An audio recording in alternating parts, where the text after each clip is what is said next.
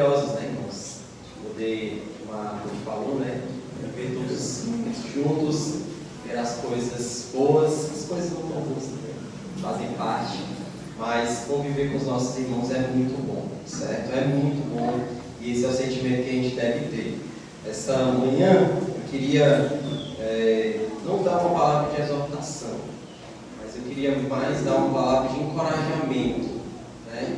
Fazer os irmãos lembrarem de algumas coisas que pelo menos os autores bíblicos eles sempre enfatizam como uma ferramenta para nos auxiliar durante a nossa vida. Então, essa manhã eu queria ver rapidamente com vocês sobre o texto de 1 João, capítulo 3. Queria ver com os irmãos apenas os primeiros 3 versos desse livro, desse capítulo. De fato, lembrar os irmãos, certo? De algumas coisas que às vezes, na correria do dia, a gente acaba esquecendo, mas que são fundamentais, não só para a manutenção da nossa fé, mas para que a gente cresça. Ok? Amém? Vamos ler apenas esses 3 versos. 1 João capítulo 3, versos 1 a 3 diz o seguinte: Vejam como é grande o amor do Pai por nós, pois Ele nos chama de filhos, o que de fato somos.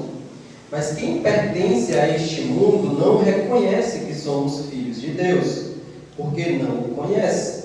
Amados, já somos filhos de Deus, mas Ele ainda não nos mostrou o que seremos quando Cristo vier. Sabemos, porém, que seremos semelhantes a Ele, pois o veremos como Ele realmente é. E todos que têm essa esperança se manterão puros como Ele é puro. Vamos fazer mais uma breve oração? Deus Santo, nós te agradecemos por esse momento, te pedimos por esse momento da pregação da Tua Palavra, que o Senhor possa me usar nesse momento para encorajar meus irmãos, lembrá-los que eles são muito amados por Deus, lembrá-los que o Senhor nos chama de filhos, e isso basta. E vem estar com essa igreja, que ela continue propagando o Teu Evangelho e vivendo para Ti. É o que eu te peço, em nome de Jesus. Amém. Então vamos lá, né? Aqui a gente está quase no final da Bíblia, por assim dizer, no finalzinho da vida mesmo, né? Dos escritores bíblicos, e João é o último. E ele escreve essa carta com pelo menos 2 objetivos. Primeiro é desmascarar os falsos mestres que tinham entrado na igreja. Eles tinham entrado na igreja e começaram a espalhar que Jesus ele não tinha vindo em carne. Ele era basicamente espírito ou divino, né? Aquela discussãozinha se Jesus era homem e Deus ao mesmo tempo. Então muitos estavam olhando para Jesus não como alguém que de fato era uma pessoa humana de carne e osso. É por isso que lá no primeiro capítulo João vai nos lembrar, né? E vai estar falando daquele que ele viu, aquele que ele tocou, aquele que ele ouviu. Então Jesus de fato veio em carne e ele lembra isso. O segundo objetivo que João tem com essa carta é confirmar a fé dessas igrejas, né? Exatamente nessa certeza de que Jesus é o Filho de Deus e nele a gente pode confiar. Então aqui João ele também tem o objetivo de continuar incentivando esses irmãos a continuarem firmes. Eles sofriam muitas coisas, não é à toa que a carta, né, o livro de Apocalipse, não é para nos dar medo. Apocalipse é para nos dar certeza e é para nos dar coragem para que a gente continue a nossa vida cristã, sabendo que lá no final Jesus vai voltar e as coisas vão ficar tudo bem, certo? Então, assim como Apocalipse aqui também, João tem esse objetivo, ok? E ele vai fazer isso dizendo algumas verdades. A primeira é falando que a gente não deve andar nas trevas. Ele vai falar no capítulo 1, ou seja, você tem comunhão com Deus, mas você diz ter comunhão com Deus, mas você vive uma vida de pecado. Não faz sentido isso daqui, você precisa obedecer. Ele vai falar também que andar na luz é ser consciente do seu pecado. Então, não é porque você está na luz que você não peca. você continua pecando ainda. A diferença é que quem anda na luz não vive na prática do pecado, ou seja, ele confessa os seus pecados e é tratado. Andar na luz não significa impecabilidade, não significa que você tem uma vida completamente zero pecado. Quer dizer que quando você peca, ainda assim você confessa os seus pecados, você corrige o seu pecado, você se arrepende, você continua a vida cristã. Por isso que no nosso podcast sobre confissão a gente falou bastante sobre isso. A gente precisa confessar os nossos pecados e receber o perdão de Deus, certo? Ele vai continuar falando que a gente precisa obedecer os mandamentos. Ele vai dizer que a gente não pode amar o mundo, lá no capítulo 2. E por fim, andar na luz também é confessar Jesus como o Cristo. Então, diante de tudo isso, Jesus, aqui João, nos convida a permanecer no Senhor. Porque desse modo, nós não seríamos envergonhados. Ok? Queria que você olhasse aí no versículo 28, no capítulo 2, que ele vai dizer assim: agora, filhinhos, permaneçam nele, para que quando ele voltar, estejamos confiantes e não nos afastemos dele envergonhados. Não nos afastemos dele envergonhados. Então, a gente deve aguardar esse retorno de Jesus confiantes, porque nesse dia a gente vai ser recebido na glória e não ficar com vergonha aqui, porque a gente vai ser rejeitado. Perceba que olhar para frente, lembrar do nosso tema aqui, até aquele mesmo, é uma certeza que deve nos trazer consolo. É uma verdade que deve nos trazer paz. Jesus, ele vai voltar. Essa é uma verdade que a gente deve trazer para si. Todas as vezes que os autores bíblicos eles usam essa verdade, é para trazer consolo. Não é para dar medo. Não é para a gente ficar tremendo de medo. Não é esse ponto. Jesus vai voltar. Por isso a gente tem paz. A gente sabe que essa realidade que ela vai passar. É só um momento. As nossas frustrações, as nossas preocupações, os nossos sofrimentos, eles vão passar. Jesus vai voltar. E a gente vai ser como Ele. Então essas igrejas aqui, elas estavam enfrentando todas essas crises teológicas, esses sofrimentos, assim, muita perseguição. E aqui João, nesse capítulo 3, ele vai nos lembrar algumas verdades que devem ser usadas para consolo do nosso coração, para encorajamento da nossa vida. Nós somos amados por Deus, nós somos filhos de Deus. Jesus, ele vai voltar e a gente vai ser como Ele. A gente vai ser como Ele, independente das circunstâncias, independente dos nossos próprios pecados. Jesus vai voltar, seremos como Ele. Ele vai começar chamando a nossa atenção. Preste atenção no que eu vou falar. Preste atenção nisso que eu vou expor agora, que eu vou afirmar para vocês. E essa coisa que ele chama a atenção é o grande amor de Deus. Esse versículo 29 aqui, ele está conectado com o capítulo 3. O que é nascido de Deus é amado por Deus. E quando a gente olha para essa verdade, isso nos traz estímulo, Certo autor ele vai dizer assim: todas as nossas obras de justiça são um mero sinal de que Deus, seu amor incomparável, nos adotou como crianças. Essas obras não nos salvam, mas é uma prova de que somos salvos por graça. Então, observem, contemplem, vejam o grande amor de Deus. Grande amor não no sentido de quantidade, embora está envolvido aqui, mas num sentido muito mais de qualidade. Jesus nos ama, Deus nos ama de um amor especial. É um amor diferente. É algo grandioso, não em sua quantidade, embora Deus também nos ama em uma quantidade muito grande, mas é um amor especial. Eu não sei se você tem dúvida disso, eu não sei se você lembra muito disso no seu dia a dia, mas você é amado por Deus. O que importa não é que você ama a Deus, o que importa é que Ele lhe ama. Essa é uma verdade que a gente não pode deixar para lá. E muitas a gente peca, né? A gente tem vergonha, a gente tem medo, mas parece que a gente esquece de que Deus nos ama.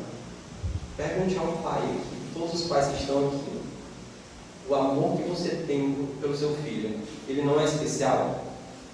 Isso é apagado porque ele errou? Isso é apagado porque ele fez uma coisa que ele não devia? Fez? Acho que você fica com raiva, mas eu tenho certeza que você não deixa de amar o seu filho por causa disso. Nos momentos de sofrimento também, eu tenho certeza que você ama ainda mais, porque eu sei que você não quer ver o seu filho sofrendo. Quando a gente está sofrendo, parece que a gente esquece dessa verdade. A gente não lembra que esse é o momento que a gente mais consegue ver o amor de Deus. Deus ama você. Deus ama você, independente da circunstância, independente da situação que você está vivendo, independente dos seus próprios pecados. Deus lhe ama. Essa é uma verdade que precisa estar na nossa vida. Lá em João capítulo 3, o saudoso João 3,16, vai falar isso. Esse amor de Deus foi tão grande por uma humanidade caída, que Ele entregou o seu Filho, aquilo de mais precioso. Tem noção disso, irmãos? Jesus nos amou de uma maneira tão especial que Ele entregou o seu Filho para morrer. Para morrer, a gente fala, sobre Jesus. Jesus ele morreu, a gente sempre vê lá na imagem lá, mas Ele estava noivo. É uma humilhação completa. E Ele faz isso não é para ter nada em troca. Ele faz isso por amor. Você, irmão, é amado por Deus. Você é amado de uma maneira especial. Não é de qualquer, é de uma maneira especial. E isso não é apagado pelos seus pecados. Isso não é apagado pelos seus sofrimentos, pelas suas frustrações. Mas a gente pode ver esse amor também porque Ele nos chama de filhos. Ser membro da família de Deus só se dá por meio da graça de Deus, Dom de Deus. Nunca é uma realização nossa, então não está nas nossas mãos. Deus nos ama independente de quem somos. Deus nos ama independente do que a gente faz, do que a gente passa. Ele nos ama. Contudo, aos que receberam, aos que creram em seu nome, deu-lhes o direito de se tornarem filhos de Deus, os quais não nasceram por descendência natural, nem pela vontade da carne, nem pela vontade de algum homem, mas nasceram de Deus. É independente de você. Independente de você. Deus lhe ama, lhe chama de filho por graça. É por graça, é por causa desse amor grandioso que Ele nos chama de filho. Aproveite esse tempo, a gente está chegando aí no final do ano. A gente vai falar bastante sobre o nascimento de Jesus. Tempo dessa realidade. Você é membro da família de Deus. Você é filho dele. Isso basta. Não importa o que você tenha feito. Vai dizer muitos, não importa o que você tenha feito. Você é amado por Deus. Você é filho de Deus. Isso basta. Nada pode nos arrancar da mão dele. Aí Romanos 8, 38, 39 tem aqueles 2 versos que a gente nunca esquece. Nem morte, nem vida, nem anjos, nem demônios, nem o presente, nem o futuro, nem quaisquer poderes, nem altura, nem profundidade, nem qualquer outra coisa na criação será capaz de nos separar de quem? Do amor de Deus. Está em Cristo Jesus, nosso Senhor. Então, somos amados por Deus. Entretanto, outra realidade precisa ser dita aqui. Ser membro dessa família também nos traz algumas dificuldades. Ele vai falar aí, continuar no versículo 1. Mas quem pertence a este mundo não reconhece que somos filhos de Deus. Por que não conhece? Essa é uma realidade que precisa ser dita. Você ser amado por Deus, você fazer parte da família de Deus, vai trazer algumas coisas que não são tão boas. O mundo nos odeia. Nos odeia porque odiou Ele também. Porque o Joey também, nós somos partes de sua família, ele também nos odeia. Então a gente enfrenta essas dificuldades da vida sabendo disso. Essa é uma realidade. Você vai sofrer, certo? Você vai ser rejeitado. Você vai sofrer, você vai ser perseguido. As piadinhas no trabalho não é só o mundo odeia o Senhor, sabe? E essa é uma realidade. Mas quando a gente coloca na balança, vale muito a pena, irmãos, ser chamado filho de Deus. Ser chamado de alguém que é amado por Ele, independente das circunstâncias que a gente enfrenta. Certo? A gente é amado por Ele, a gente é chamado de filho. Mas isso também nos traz consequência. Embora a gente já seja considerados filhos de Deus, já recebemos aqui muitas bênçãos por ser filhos de Deus, né? E essa é uma delas, né? Poder fazer parte do corpo. Essa é uma bênção de Deus, a gente deve encarar dessa forma. É muito bom, como o Misa falou, né? Ontem, no devocional. Mas ele estava lá sozinho, de repente chegou um monte de irmãos para ajudar ele. Faz parte do povo de Deus. Isso aqui é bênção que Deus nos dá para ser desfrutado mesmo. Certo? Então, embora Deus ele já nos tenha dado muitas bênçãos nesse mundo hoje, embora o mundo não perceba, né? Parece que a gente vive nesse mundo, a gente é filho de Deus, mas as coisas parecem. A gente passa por muitas coisas, a gente cai, a gente sofre. Então parece que essa realidade ela não é tão... Só que isso vai acontecer, irmãos. Chegará o dia em que o Senhor Jesus ele será manifestado e todo mundo verá. Aquele menino nasceu tão frágil, tão dependente. Na verdade era aquele que sustentava o mundo. Aquele jovem que foi humilhado e morto diante de todos. Era de fato quem dizia ser o Filho de Deus. Nós cremos nisso, irmãos. Mas não somente cremos, nós esperamos com uma grande expectativa. A gente aguarda esse momento que Jesus ele vai ser revelado para todo mundo. Essa é uma expectativa que nós temos. Às vezes a gente não para pensar, mas isso é importante para você. Você precisa aguardar com uma grande expectativa. Com uma grande expectativa. É uma esperança que é viva. Porque isso causa alguma coisa. Eu lembro quando eu era pequeno, eu acho que os pais aqui, né, de meninos que estão ali na parte de 8, 9 anos, quando eles vão jogar no dia seguinte, na semana mesmo eles já colocam o sapatinho, botam na meia. Eu lembro que eu ganhei um leão, o meu gostava muito da Adidas, né, pretinho grandão, né? Aí estava naquela época que você colocava o leão e colocava a meia branca embaixo. Aí estava lá, todo mundo fazia isso, era meu sonho fazer isso. Aí eu comprei o leão, entendeu? Aí eu não ia jogar, estava só testando, botei lá o sapatinho do dia, olhei no espelho. A gente fazia muito isso, né? Os pais, né, de criança, eles falam, rapaz, acordou 5 horas da manhã, o jogo é de tarde, o menino acordou 5 horas da manhã já querem ir. Essa é a expectativa que a gente deve ter, irmãos. Essa é a expectativa que causa impacto na nossa vida. Jesus vai voltar, deixa eu falar uma coisa para você. Quando Jesus voltar, você vai receber um corpo glorificado e você vai viver de uma maneira que é diferente da que a gente vive aqui. A gente aguarda isso. Poder obedecer o Senhor em tudo. Se essa expectativa ela é real, por que ela não consegue alcançar a nossa vida hoje? Se essa expectativa faz sentido para a gente, porque muitas vezes a gente não aguarda como essa criança, né? Como eu já queria colocar essa palavra, já queria estar vivendo esse momento. Porque essa expectativa que temos, ela não causa impacto, muitas vezes. Sabe?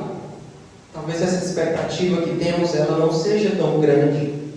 Talvez essa expectativa não seja tão forte na nossa vida. Talvez a gente não aguarda tanto esse momento. Mas isso é uma realidade. Isso vai acontecer. E a gente deve esperar isso. Agora tudo é muito nebuloso, muitas vezes difícil. Cremos nesse Deus que não vemos, assim como esses leitores aqui. Eles não tinham visto. João tinha visto. Ele tinha tocado, ele tinha ouvido. Ele tinha falado E ele fala isso daqui para falar assim, ó, olha, eu toquei, eu vi Jesus. Tanto antes, né, como depois da ressurreição, eu vi como ele é. Deixa eu falar uma coisa para vocês. Vocês também verão. Vocês também verão. Assim como ele é. Assim como ele é, irmãos. Isso não enche o seu coração de alegria, não, porque o meu fica transbordando. O dia que a gente vai ver o nosso Pai, porque hoje é difícil, né? A gente diz que a gente tem o Pai, mas a gente não ouve a sua voz, a gente não tem o abraço, né? A gente não tem aquele tapinha nas costas, foi boa, né? Pai, a gente estava até comentando ontem também, que a criança faz o gol, a primeira pessoa que ele procura é olhar para o pai. Ele faz o gol, ele quer olhar para o pai, sabe porque o pai vem branco. Aquilo enche o coração. O professor dando a lei é uma coisa. O pai fazendo isso, irmãos, é completamente diferente. O impacto que isso causa é diferente. Então hoje a gente vive, a gente diz, Deus é nosso pai. Mas a gente não consegue ouvir a sua voz. Mas a gente, no momento difícil, a gente não consegue ter o consolo dele físico. Mas isso vai chegar. Isso vai acontecer. Essa é uma expectativa que nós temos. Jesus vai voltar e essa realidade ela vai mudar, certo? Isso vai chegar. O pai pode não prestar, o pai pode ser, mas o filho, o pai com estima diferente, irmãos. Independente do que o pai tenha feito, a criança sempre vai olhar para o pai de uma forma diferente, sabe?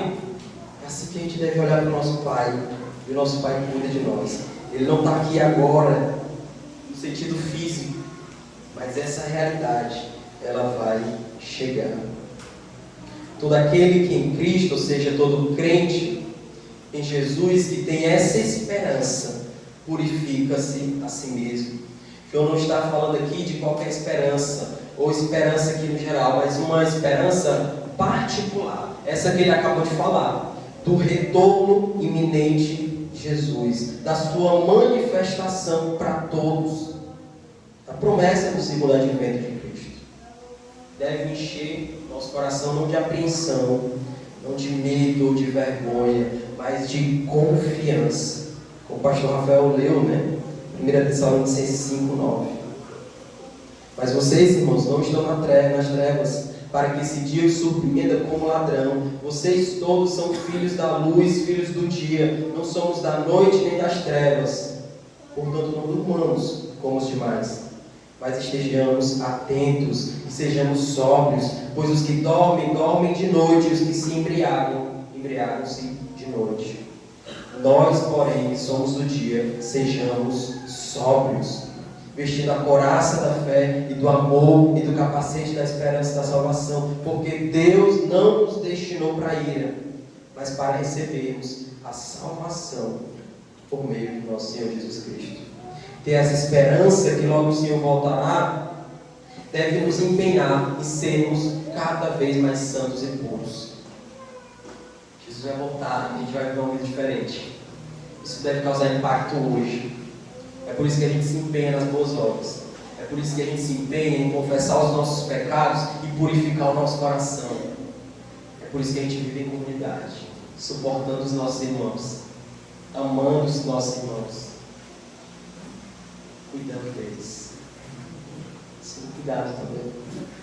A gente faz isso hoje porque é isso que a gente vai fazer lá na frente, quando o Senhor retornar. A gente vai poder fazer isso de uma forma completa, sem as nossas imperfeições e limitações.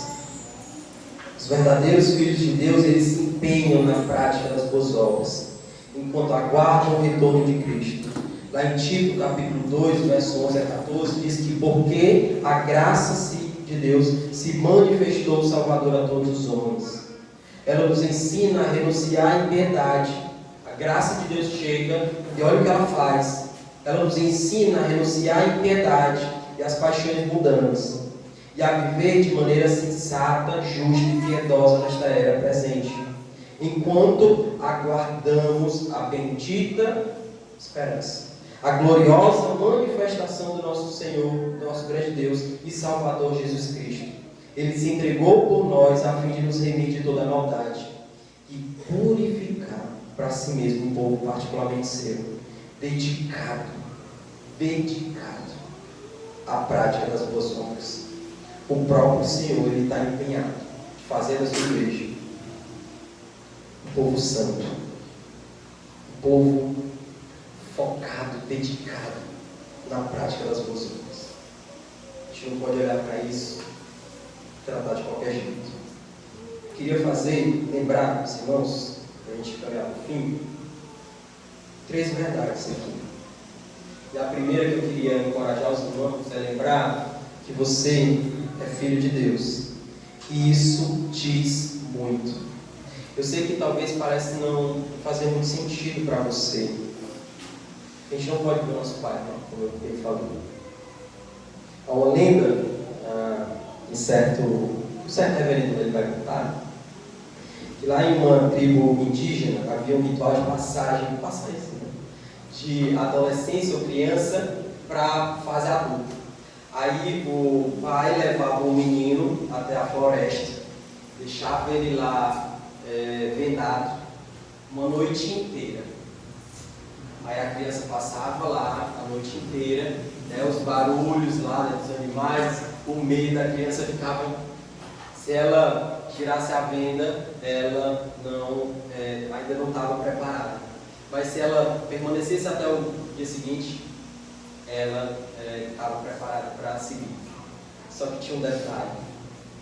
Quando ela cortava, né, quando passava a noite, quando ela ia tirar a venda pela manhã, ela viu que o seu pai estava a noite inteira. Ela não estava sozinha. Talvez você não consiga, você não consegue tocar Jesus. Mas Deus está com você a noite inteira. Todos os momentos que você passa, todos os pecados que você enfrenta, os dias de luto, os dias das enfermidades que a gente passa, Deus está com você. Ele não lhe abandonou. Ele lhe chama de filho. O filho Ele não abandona. Ele continua até o fim. A segunda coisa que eu queria incentivar você, encorajar você, é que seremos como Ele é. A gente precisa lembrar que um dia nosso ritual de passagem aqui vai acontecer. E quando isso passar, essa transformação ela será visível. Essa é uma realidade, irmãos. E a gente precisa ter essa esperança e trazer para si todos os dias. A gente vai ser transformado.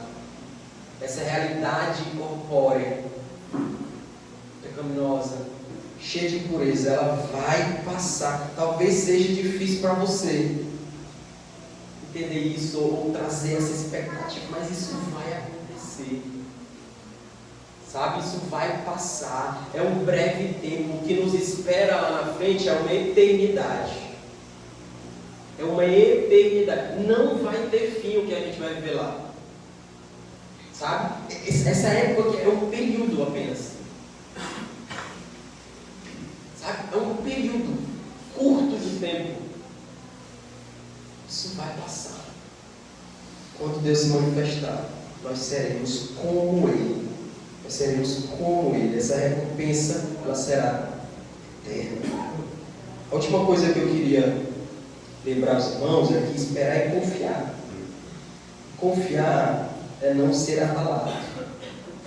Não adianta você dizer que tem essa esperança, que o Verbo encarnado ele vai voltar, senão você viver para Ele. Essa realidade, essa expectativa que temos, essas afirmações que Deus faz: você é amado, você é filho, você é querida, cuidado. Não adianta se a gente não se empenha em viver uma vida para Ele. Não adianta dizer que ama o Senhor, mas não viver como Ele deseja. Esperar é confiar, e confiar é se empenhar na vida que Ele quer que a gente viva. Então tome sua cruz, siga firme lutando contra os seus pecados, buscando uma vida santa, porque foi para isso que nós fomos chamados. E aqui tem um povo É muito legal no louvor, irmãos, você olhar para os irmãos cantando e saber que muitos irmãos enfrentam coisas muito grandes. Estão aqui louvando o Senhor, agradecendo pelos seus filhos. Não tem como você chegar aqui e se emocionar com a gente. Porque você sabe a vida desses irmãos. Sabe como eles enfrentam isso, como o povo de Deus. Então vamos empenhar. Quem tem essa esperança, vive como quem anda na luz e não nas trevas. Vamos orar. Deus Santo, nós te agradecemos, porque o Senhor é bom. Te agradecemos pelo teu amor para conosco, que é especial. Não é qualquer amor, é um amor como de um pai, que ama o seu filho, independente do que ele tenha feito. Sabe, seu filho, Jesus, ele não veio para nos acusar.